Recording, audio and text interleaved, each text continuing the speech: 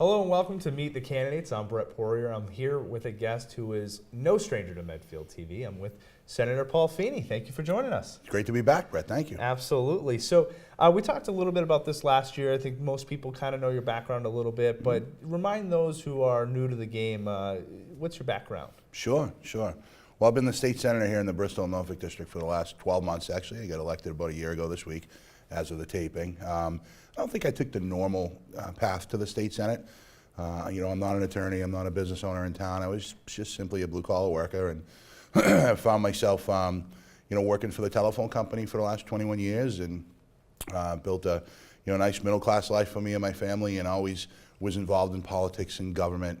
I served as a selectman in Foxborough for a few years in a really difficult time, right as the economy tanked around us, and I learned a lot there. I was Senator Jim Timothy's first chief of staff when he got elected, and I always tell people, that was like a graduate level education, not only of the district and of the job, but really in how to serve people. I think Senator Timothy did an outstanding job of constituent services, and so I learned a lot about government and how you should serve the people through him. I was involved in my union when I was working at the telephone company. I was the legislative director, so I got to know a little bit about the legislative process, what works and oftentimes what doesn't work. So, involved in my community, served as a volunteer on many things in Foxborough where I live, and the opportunity came about last year to run for state senate, and the phone started ringing, and I thought it was a great opportunity for me to give back and to serve and to kind of take my frame of reference and my values that I think really matched up well with the district, and go to Beacon Hill and fight for families here in Medfield and throughout the district. So, I grew up in Jamaica Plain in the city of Austin, and it was like, you couldn't grow up in the neighborhood I grew up in without being involved in politics. It's just the way it was, and people expected you to serve and to volunteer, and so that that really left an indelible impression on me for a long time. And I've been blessed to have so many mentors in my life who have just kind of given me the right guidance. And I thought when the seat opened up last year that we'd give it a shot and see if we can put that to work for the district, and that's what we've done. Now, one of the things, too, that I always found interesting about your background, you didn't go to college, you worked your whole way up, and so you gained that experience, right. The blue-collar way, yeah. And that was great. Yeah, I think it's a unique frame of reference these days. I remember growing up, my folks worked awfully hard. My dad worked for the same company I did for over 30 years, and just always a hard worker, always sacrificed for the family, always had side jobs, and just was always working for us to give us a better life. And but we had fallen on some hard times at one point, and I can remember graduating from high school and my dad saying, kid, I love you. I wish I could pay for you to go to school, but we just don't have it right now. Why don't you enter the workforce? So I knew that was the path that I was going to be on. I went right to work at 19 years old. I started driving a truck for the phone company from Massachusetts to Connecticut, and on the overnight shift. And I did that for a while, and took different exams and tested into different jobs, and became a technician where I've been, for the last 21 years. So it's a great frame of reference, I think, to take to the state senate. A lot of what we do, this is the business of people. I mean, you need to know how to relate to people. You need to know how to build relationships, and there is no better education in that than actually going out and working for a living, and getting up every morning and leaving while it's still dark and coming home when it's dark, and working with people and for people. So I've been blessed. I've gotten a great education out there from a lot of my predecessor, like I mentioned, and a lot of other people that just meant so much to me. And I think it's important. Working people need a voice in the Senate as well. And you learn a lot. You learn a lot from being out in the district and from talking to people. And I certainly think that I learned more in those years, working hard, than I could have in a college classroom. But I'm blessed to have the opportunity that I have. Again, it's a different path than most people, but I think it's an effective background to be a state senator. Absolutely. And now, earning someone's vote is literally them trusting you to take care of them, do right by us. And you won last year's election. You're now the senator. So what was that like? What was that moment like, knowing, and I know you take it very seriously, of getting someone's vote. What's that like? Yeah, you hit it right on the head. You have to earn it. You have to earn it. There's so many political pundits and experts out there that say, follow this script and this is the science behind it. And, You know, I, I understand that, but it's not, it's more about going out and connecting with people. You know, I knew last year, I knew when I ran for selectman in Foxborough that, you know, people don't know who you are. You got to go out and you got to talk to them. So it's about knocking doors. We've knocked on thousands of doors to just go out and have conversations with people in their homes. I make phone calls. I'll leave here today and I'll go and I'll, you know, have a list of voters that I'll reach out to and introduce myself as their state senator and see what's important to them and how I can be an effective advocate for them. I learned, you know, early on that I don't have all the answers, right? We rely on other people. I try to listen more than I speak. And I think people recognize that.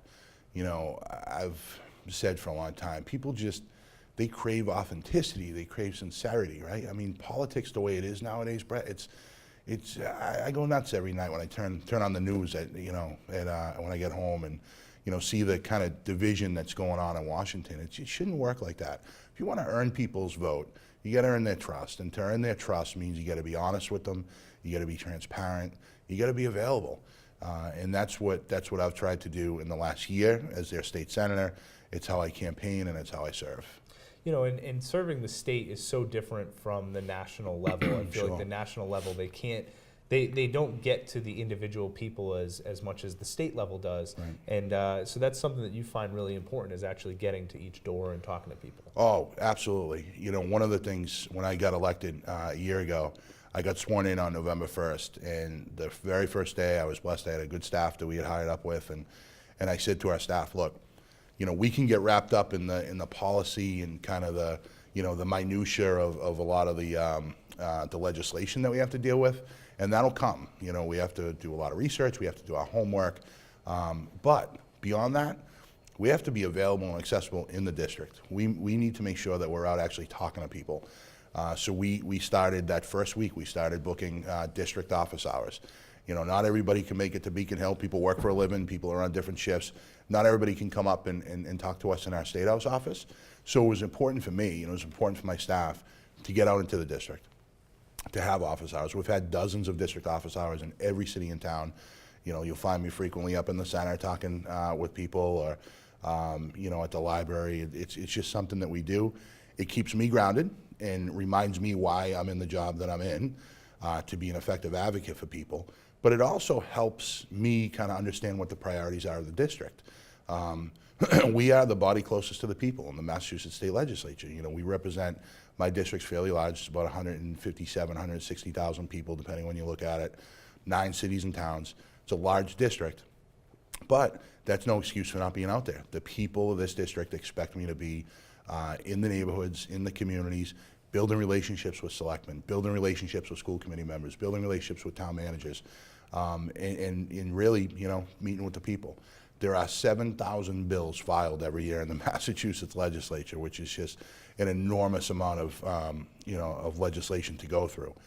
Not everything is going to be on my radar screen until somebody actually brings it to me. And that, I think, is how public servants should serve the district. It's not about just me and my values. I'm certainly guided by a moral compass, probably more than most elected officials, especially nationally. But, you know, it's important for me not only to lead, but to represent. So we rely on those conversations and meeting with people throughout the district all the time. And, you know, it's actually, this is a point that I think some residents might find useful. I actually experienced for the first time ever having to call my senator. Sure. It was actually here for Medfield TV. We had a bill coming up that affected access stations, and I gave you a call, and we went through that process together, and it's something that we actually went through. Yeah, again, I mean, I understand I don't have all the answers, and there's things that come up. You know, you do an incredible amount of work here, you and your team and the board here at Medfield TV, and I got a call from you and other cable access directors and general managers to say, look, this is important to us. It's important to your constituents. The bill, just briefly for our viewers, would accomplish a couple of things on the cable access side.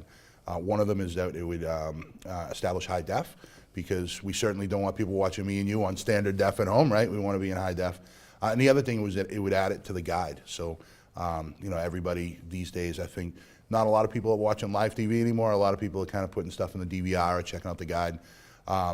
Believe it or not, there are opponents to that bill. So we needed to do some work to get it done. Unfortunately, it didn't make it over the finish line. But I really appreciated you reaching out and saying, hey, Paul, this is important to us. It's important to the community. And we were able to sign on to that bill. I met with the chief sponsor and said, whatever I can do, let me help you champion this through the Senate. We got it through the Senate. Unfortunately, we just didn't have enough time to get it through the entire legislature, but we'll get right back to work on that. Yeah, those things happen. But so let's go back to the first day. You get sworn in. In my mind, I watch some TV shows and stuff, and they grab you, they pull you in the back room, and they tell you all the secrets, right? But what is that first day actually like? It was a trip. I got to be honest with you. It was a whirlwind. I had a couple of weeks' time to kind of prepare from the time of my election. There's a certification period. They have to wait a certain amount of time to get overseas ballots from veterans and things like that. So it took a little bit. They got the vote certified, and then they have to actually work out when there's going to be a formal session for you to go up and get sworn in. So there was kind of two swearing-ins for me. The official swearing-in, which was done by the lieutenant governor in the governor's council chamber.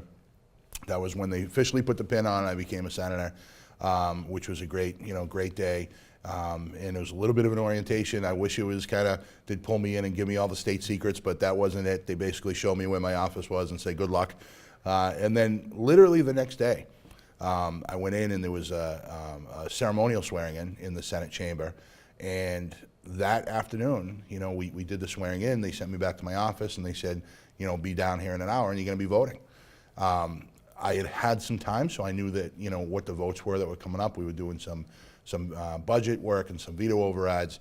But the kind of trial by fire for me was I went into our first caucus. So the Democrats caucus together and then the Republicans caucus separately before we go into formal session to kind of figure out where we're going to be on issues. And they handed me a binder of paper and they said, well, this is the healthcare cost containment bill. And it was hundreds of pages, and they said, here you go, become an expert in healthcare because you're voting on it this week. So luckily, again, I have a great staff, and I relied on a lot of people in the building to kind of help me out. I relied on our House delegation in those early days to kind of show me the ropes and figure things out. But it's an incredible experience. I don't think people realize, how much work there really is to prepare for votes. I'm one of those people, and some of my colleagues do the same. Others have different style, but I'm one of those people. I read every word of every bill before I vote on it, every word of every amendment before we vote on it. Frequently, I'm doing it at night when I, should be relaxing or at least catching some sleep. But I think it's necessary. I want to be able to be prepared, to know where I stand. But then even more than that, when somebody reaches out and they say, hey, Paul, why did you vote on this? Why did you vote on that? I don't want to be caught short. I want to be able to have a nice conversation about what I thought and why I did what I did. So it was an incredible experience when I got up there. The entire year, this past year, has been a whirlwind. I've learned a lot. I think I'm in a good position now going forward to take what I've learned and really be an effective advocate for the district. Now, you had a short time in office right now. It's been a year since the last election. You're already up for re-election now. But coming into that, you had to learn the seat. You had to learn, what Timothy kind of left behind, and then you have to almost jump right back into getting reelected again. What was that like balancing the three of those? Yeah, it's difficult. It definitely has its challenges. I always joke, one of my favorite films is The Godfather, and I always say, like in The Godfather, this is the profession we have chosen, right? So I certainly don't expect anybody to feel any sympathy. The job is what it is. It has a lot of challenges. It's very, very rewarding. It's the best job in the world. But there is a balance. You have to figure out not only to get up to speed, as you said, I got elected in a special election, so it wasn't like I was with the new freshman class and I had an orientation. It was, okay, you're in the building, start serving your district. And there was, a lot of work. Senator Timothy for years had done incredible work with constituent services and with policy. So we had to, meet with his staff. We had to figure out kind of what some of the ongoing issues were in the communities that he represented and that I represent. But a big help for me was the House delegation in a bipartisan way. I mean, I have Republican state reps that share my district. I have Democratic state reps, and I met with each of them. When we first got in, I said, teach me, tell me what we got going on. You know, there is no better advocate for the communities than the state rep that represents exclusively, you know, one community or two or three communities. So for me, it was important to kind of figure out, you know, what are some of the ongoing issues? How can I help? What do you need from me on the Senate side? But I think the priority for us was, you know, really constituent services. Who's called and asked for help? Where is the, you know, what is the status of their case? How can I help? Who should we call? You know, who can we call and shake the trees in government to get these people the help that they need? And then worry about the campaigning stuff afterwards. You know, the difficult part now is, you know, I'm doing the work of the senator, and we're out there trying to campaign. So I don't want to take away from the work that I'm doing as a senator, so that just means that I get less sleep and less time at home to watch the Red Sox. And but it's, you know, it's worth it. It's worth it. I always say that, you know, campaigns are like a job interview. This is the way government should work.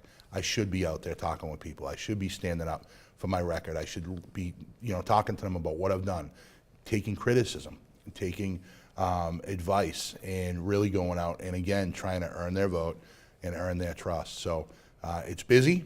I love it. We're out there campaigning now. You know, I'll leave here, I'll make some phone calls. I have an event tonight, and then tomorrow I'm going to be back in the State House doing some work, preparing for a hearing that I have next week. So it's busy, but that's the job. And now, like I said, the year flew by for you, I'm sure.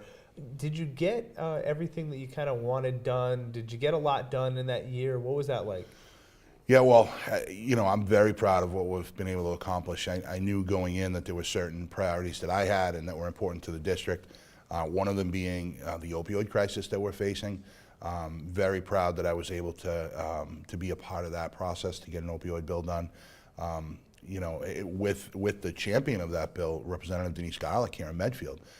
Rep. Garlick has been working on that for a long time. She knows the issues in and out. You know, former nurse. She has a very unique perspective. So I sat with Rep. Garlick. I think we sat outside of Blue Moon one morning, and I said, look, you know, educate me. Tell me what I need to know. I had some experience myself with substance abuse and folks that I've worked with. My coworkers over the years, from time to time, you'll find somebody in the grip of addiction, and I would take them on that, you know, long ride to treatment or to detox. And so that was part of my role before I got elected to the Senate. So I knew a little bit about it, but I wanted to make sure that I was doing everything I could in the Senate to address the issue. We got that bill done. We got a version done in the Senate, matched it up with the House, and we got it to the finish line. One of the first bills I co-sponsored was an education funding bill. The education funding formula for us public schools hasn't been touched since I was a sophomore in high school myself. You know, and people look at it and it's confusing, and you know, for me, you break it down into its simplest terms. We're not splitting the atom. We're talking about the way we fund our public schools. And one of the things we need to do is be cognizant of the fact that that formula needs to be updated. So there was a bill that was filed by a colleague. I co-sponsored it right away because it was important to the district. We got it done in the Senate, and I felt great about it, and I thought, this is great. We really made meaningful change, and then we ran out of time, and ultimately the House and the Senate couldn't come to an agreement to get it done. That, in my mind, was probably one of the biggest disappointments that I've had in the past year. You know, we did our job, the House acted on their bill, but the fact that we couldn't come to an agreement at the end of the day, I think, you know, left a lot of towns in a bad place, left a lot of public schools in a bad place, and to me, that's just not acceptable. So, you know, I'm running for re-election because we started a lot of good things up there this year, but I really want to go and see them to the finish line, and that education funding is key. I'm very proud that on my maiden speech, despite being the new guy in the Senate, I was able to secure a lot of funding for the district this year. But even above and beyond that, I became aware of a problem that firefighters were facing. You know, there was an expose in the news about the alarming cancer rates among firefighters throughout the Commonwealth of Massachusetts. I chair the Public Service Committee. I was lucky enough as an incoming senator. They gave me a chairmanship of that great committee, a lot of work. And firefighter Kennedy's mom, Firefighter Kennedy was one of the Boston firefighters that passed away in a fire a few years ago. Firefighter Kennedy's mom came and testified in front of my committee about the alarming cancer rates among firefighters here in Massachusetts and throughout the country. And she said, look, we need to act, we need to do a lot of things. One simple one simple fix that we can do right now is to make sure that that fire departments have what they call extractors, which are essentially just industrial washing machines and dryers that are made for turnout gear. The idea being that a lot of firefighters are responding to fires with all sorts of carcinogens and chemicals. It's sitting on their gear. They come back to the firehouse, they hang it up, they go out to the next call, and then they're putting that gear back on. And it was permeating the gear, it was getting onto the skin, and they feel that it was leading to cancer. So I said, great, let's go to work on it. I filed an amendment that would put almost $500,000 into a to seed an account so that the state fire marshal could allow and help fire departments throughout the state actually buy these extractors at a reduced rate to keep firefighters safe. So I gave my maiden speech on that in the Senate. I was extremely proud we got it through the Senate. The House did the same, and then the governor signed it into law in the budget. So I was very proud of that, but I feel like we've only just begun and there's a lot of work left to do. I'm always amazed at the wide range of topics that a senator or any public relations person, the wide range of topics you guys handle, from education to the access station calls you up, Sure. A resident calls you up, to firefighters are having this problem with cancer, and so like the wide range of things that you tackle is pretty amazing. It's amazing, Brad. It really is. I mean, every day is something different. I think that's why I like the job so much too. I mean, it's not mundane. You're not stuck to a certain subject. I certainly have priorities of mine that I want to work on. Including kind of doing everything we can for local taxpayers and for housing and like I said earlier, for the opioid crisis and education. But you really do have to become kind of well-versed in a variety of different subjects. One of the things that I'm dealing with now, I was named by my colleagues to be the chair of an oversight hearing on the state police issue. We know that right now that the state police, Department of the State Police is just, there's a lot going on, and there's allegations of state troopers that were stealing. One of the things that we're looking at in the commission that I'm chairing is how are their state police recruiting people, how are they hiring people, and then who are getting the promotions. So one of my priorities when I got elected has been, to really make sure that government's working for the people, to keep government accountable, to keep it transparent. So my work on the State Police Commission, there's a lot of work to do, and though we're done with formal sessions, I'm up there consistently having meetings and chairing these hearings and accepting testimony, and ultimately we're going to have to put a report together by the end of this year. But that's what government is. I'll be working on the state police issue for the next couple of months, and then the turn of the year will come, and if I'm lucky enough to be reelected, we'll be back there working on education or constituent issues or mass access, cable access TV issues. Now, we've kind of covered the past. We're looking now to the future here. What are some of the things specifically about Medfield that you guys are looking for? Yeah, so every district is unique, and I always joke with my colleagues, they either have an urban district, a suburban district, or a rural district. I have all three in one, from Medfield in the north to Seekonk and Rehoboth in the south, where Rehoboth you're dealing with more rural issues. So it's a balance. Every community requires special attention, and they're dealing with certain things. Here in Medfield, I'm very proud. This past year, Representative Garlick reached out to me and said, Senator, we're having an issue, some tragic issues with suicide in the community. We met with the chief and would really like to find some funding to do some suicide prevention and awareness programs. And she said, I'm going to be able to advocate for it in the House. Would you do it for the community in the Senate? And I said, absolutely. So again, despite being the new guy, I stood with my colleagues and I said, look, this is important to the town of Medfield. When you hear some of the tragic stories, I think we need to come to a, we need to realize that we have to be doing a lot more. So I was able to get the $30,000 in funding from the Senate. Representative Garlick did the same in the House, and I was proud that we were able to do that. State hospital property, obviously, is an ongoing issue. It has been for years.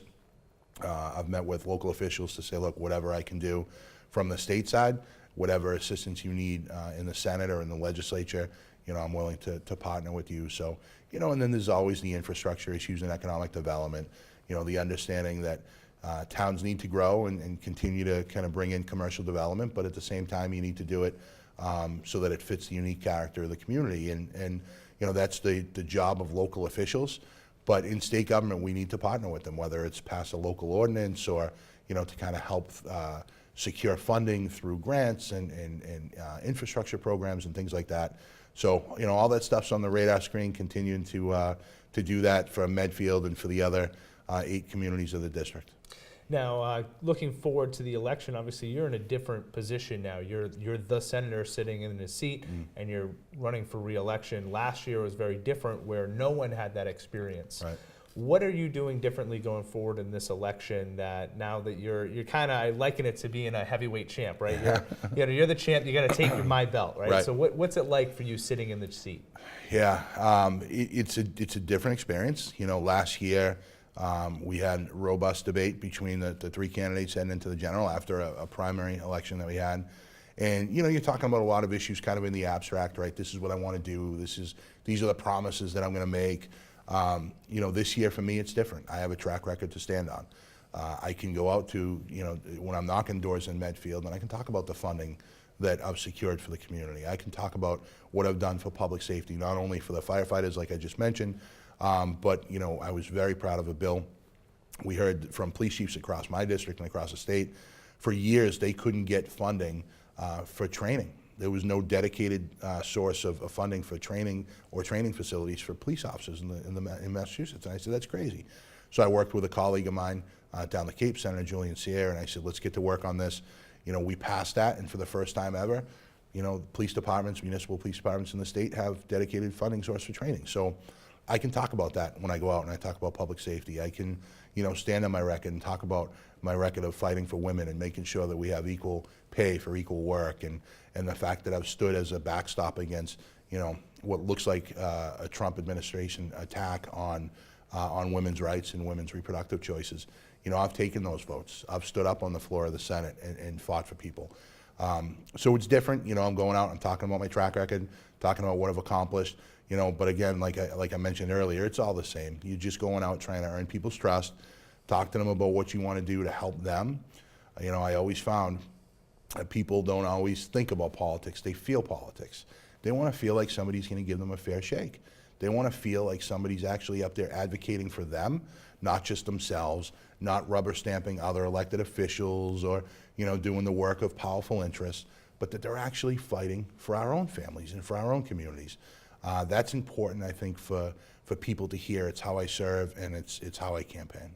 Now, it's interesting in Massachusetts because obviously it's historically a very blue state, right, but it has a Republican governor. So what's that like up at the State House, kind of navigating that avenue? It's, we don't see the same issues, I think, that you see nationally. And I say that because just in my own experience for the last year, and I don't necessarily know if I would have believed it before I got up there, but, I've seen in the last year there is a spirit of bipartisanship, especially in the Senate. I'm not in the House, I can't speak to that, but in the Massachusetts Senate, we have a minority party. The Republican Party is a minority, but they have a seat at the table on everything we do.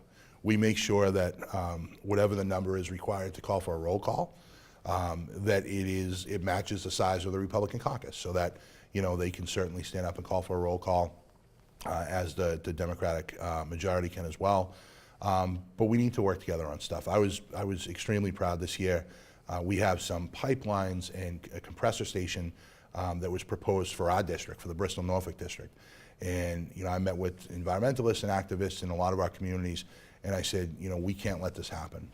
So we got into an energy bill this year, and it was a Republican colleague of mine from Weymouth, and he came forward and he said, Paul, I'm going to file an amendment that's going to restrict the siting of these dangerous gas compressor stations. We've seen the last month how dangerous they can be now. I think he'd be interested in it. And despite the fact that he was from another party, he was doing the right thing. And I said, Senator, I'm with you 100%. Let's get to work on it. Let's come up with the right language. And we passed it in the Senate, despite some folks in leadership not wanting us to do that. It was important for my district. It was important for his. So partisan politics goes out the window.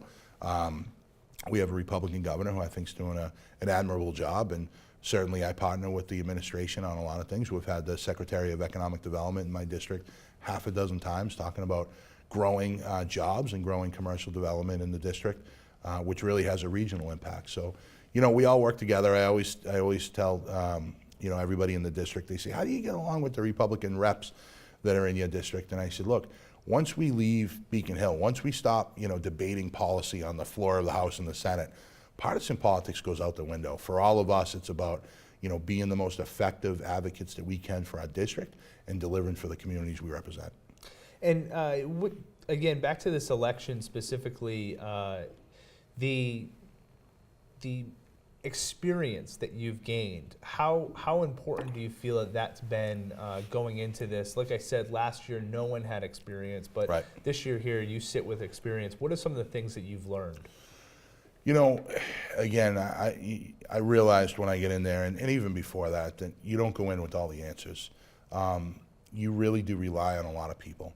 You rely on your staff who does research. They work so hard in that building. You rely on advocates, people that come from nonprofit sectors and business that come in and knock on your door. You learn from people back in the district, from folks that are involved in community efforts. The experience that you gain in a job like this is invaluable, because I think a lot of folks come in with this kind of ideology, right? And I'm going to do this, and I'm going to stand up, and I'm going to get this done, and this done, and this done. You have to realize that in politics, it's about coming together and reaching consensus. I don't see enough of that these days, and I think that comes with experience. I learned it when I was a selectman. Being a local official is one of the toughest things you can do, because there's a lot of work, and you're trying to balance it with actually having a full-time job. So you gain experience by realizing that it's not about just me. It's not about just us that are in the job. You have to build consensus. You have to bring people together. You have to be able to effectively articulate your position, but at the same time understand that there are 160, in our case, 160 reps and 40 senators in our case. You have to be able to convince them of your position, and if you can't, you have to understand that they're doing the best they can to represent their district and come to some sort of middle ground. That comes with experience. That comes with the understanding that I can go up and bang my head against the wall and yell and scream about what I think should happen, but your career is going to be short-lived if you continue to do that. You really need to kind of bring people together and come up with a consensus, and that's I think the advantage that I have in this campaign is that I can talk to my constituents about those stories. And the other thing is you realize awfully quick that this isn't something that can be a part-time job. The schedule is difficult, it's challenging, but for me it's full-time, 24/7, 7 days a week. The phone never stops ringing. I was talking to my staff the other day. We were going over certain constituent cases from the last year. I had just gotten sworn in November of last year, and it was Thanksgiving night that I was on the phone night before Thanksgiving, and then on Thanksgiving Day, trying to help a constituent who was in need. They were trying to help a loved one. And unfortunately, I couldn't say, nope, sorry, it's Thanksgiving, I'm with my family. Those are the things you learn awfully quick. That's why we do the job. It's challenging at times, but it is the most rewarding thing when you can actually reach back out to that family and say, you're all set, we took care of that problem for you. There is nothing like it. Now, final question. It's easy for me to ask. I feel like we've covered a lot of this. Sure. But if you can sum it all up, why should someone vote for you? Yeah, always the most difficult thing for me to do is to kind of make the elevator pitch of myself. I was, born and raised to be as humble as I could, and this job certainly is difficult to do that sometimes. But, look, my pitch, Brett, to voters has been consistent all along, that we deserve somebody who's going to be full-time, who's going to work just as hard as they do, who advocates for them above all else, who advocates for the people of our district. I'm sure you can tell I love being the senator from the Bristol and Norfolk district, and it's not because of the job or the title or any sort of policy, but it's because I have the opportunity to be empowered to actually help people in this community. That's how I approach the job. I think, when we're out there campaigning, people see that. They see how sincere I am about the work that I'm doing. But above and beyond that, I think my frame of reference, my personal history, and the fact that I've spent my life fighting for people, sticking up for people, the fact that I never let politics get in the way of progress, those are the types of things that I think people respect, people deserve, and I think it's set me up well for re-election in this race. We're not taking anything for granted. We're going to continue to go out and work on it. I know we have a debate coming up with Medfield TV at the end of this month, and I treasure those opportunities to go out and to talk about our track record and who I am as a person, and really earn the trust and votes of everybody out there. And now, like you said, we have a few dates coming up. The 29th is our special town meeting, which you're actually going to be at. I will be there, yep. Which is great to have our local senator at our special town meeting. That's a good point of reference to have you there. Sure. The 30th is our debate, which is at the high school auditorium. That's at 7 o'clock. We have all the candidates. So Denise Garlick will be up. She'll have some time to speak. We'll have the 2 Senate candidates and the 2 representatives will be at that debate. And then obviously the most important date of all of them is November 6th, which is Election Day. So make sure that people get out there and vote on November 6th. So let me be the first to thank you for showing up on this, broadcast. I love it, Brett. I appreciate the opportunity and all the work that you do to kind of educate the voters and get our information out there. Look forward to being there at town meeting, seeing direct democracy in action, and I look forward to the debate the following night, and again, Tuesday, November 6th. Absolutely. Thank you Thanks so much, Paul. Brett. Thank you, and thank you so much for watching.